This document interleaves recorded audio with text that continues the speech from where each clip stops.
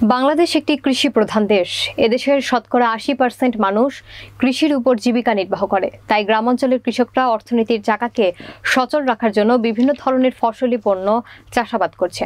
এরই ধারাবাহিকতায় বগুড়া জেলার বিভিন্ন উপজেলায় এবার রেকর্ড পরিমাণ জমিতে ভুট্টা চাষ করা হয়েছে।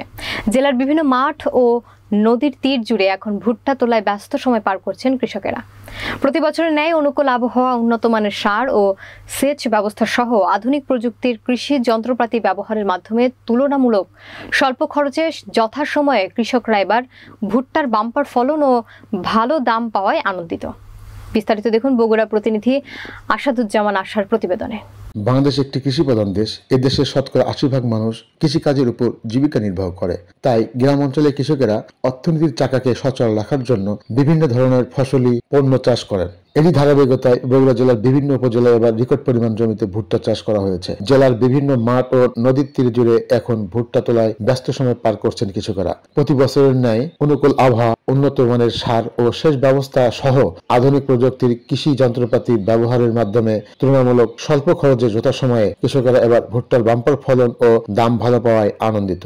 জেলার কৃষি অধিদপ্তর থেকে জানা যায়, এবার বগুড়া জেলার বিভিন্ন উপজেলার লক্ষ্যমাত্রা ছাড়িয়ে ৬০,৯০০ হেক্টর জমিতে ভুট্টা চাষ করা হয়েছে। ভুট্টা চাষের খরচ কম, অথচ ফলন ও দাম বেশি পাওয়ায় কৃষকদের মাঝে ভুট্টা আবাদ করার চাহিদা দিন দিন বেড়ে চলেছে। বগুড়া জেলার শেরপুর উপজেলার বিভিন্ন এলাকায় যেসব জমিতে পূর্বে বোরো চাষ হতো, সেই সব জমিতে এখন ভুট্টা চাষ করা হচ্ছে। বোরো চাষের উৎপাদন খরচ বেশি, অথচ যখন ধান কাটা মারা শুরু হয় তখন ধানের বাজারে ধস নামে, ফলে অনেক ক্ষেত্রে উৎপাদন খরচে ওঠে না। কিন্তু ভুট্টা চাষের উৎপাদন খরচ যেমন কম, তেমনি দামও বেশি। এই জন্যই কৃষকেরা ভুট্টা চাষে বেশি ঝুঁকে পড়ছেন।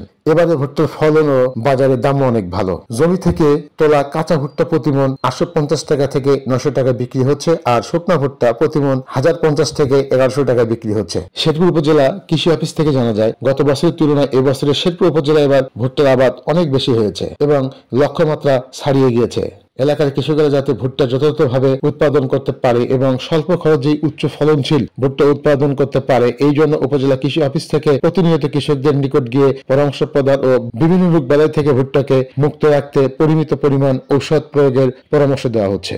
এলাকার কৃষকেরা আধুনিক প্রযুক্তি ব্যবহার করে যেসব এলাকায় একসময় ধান ছাড়া অন্য কিছু আবাদ হতো না বললেই চলে, কিন্তু বর্তমানে সেই সব এলাকায় কৃষকেরা ধানের পাশাপাশি ভুট্টার আবাদ করছে এবং অনেক লাভবান হচ্ছে। লস খাচ্ছি, ধানের দাম নাই। এবার ভুটো লাগাচ্ছি, ভুটো খুব ফলন আছে, ভুটোর এবার লাভ হবে। আশা করি এবার ভুটো বেছে অনেক কিছু করাবে। গতবার ধানের আবাদ করেছেন, ফলন কম আছে, এবার ভুট্টার আবাদ করছি, দাম পেলে ভালো হবে। আমি ৫-৬ বিঘা ভুট্টা আবাদ করছি।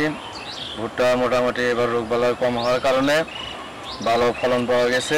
মোটামুটি দামও ভালো, ৮-৯০০ টাকা কাঁচা, শুকায়া প্রায় ১০০০-১২০০ টাকা বিক্রি চলতেছে।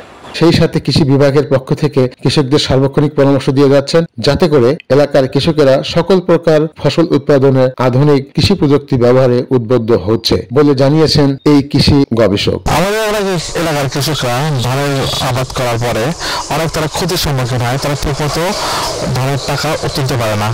যখন আমরা পরামর্শ দিই, এলাকার গণ্যমান্য ব্যক্তিরা পরামর্শ দেবেন ভুট্টা আবাদ করার জন্য, তারা ভুট্টা আবাদ করছে এবং তারা অনেক লাভবান হয় বলে আমি আশাবাদ রাখি। ফলে কৃষকেরা যেমন অর্থনৈতিকভাবে লাভবান হচ্ছে, তেমনি দেশ ও কৃষি খাতে অর্থনৈতিকভাবে অনেক লাভবান হচ্ছে।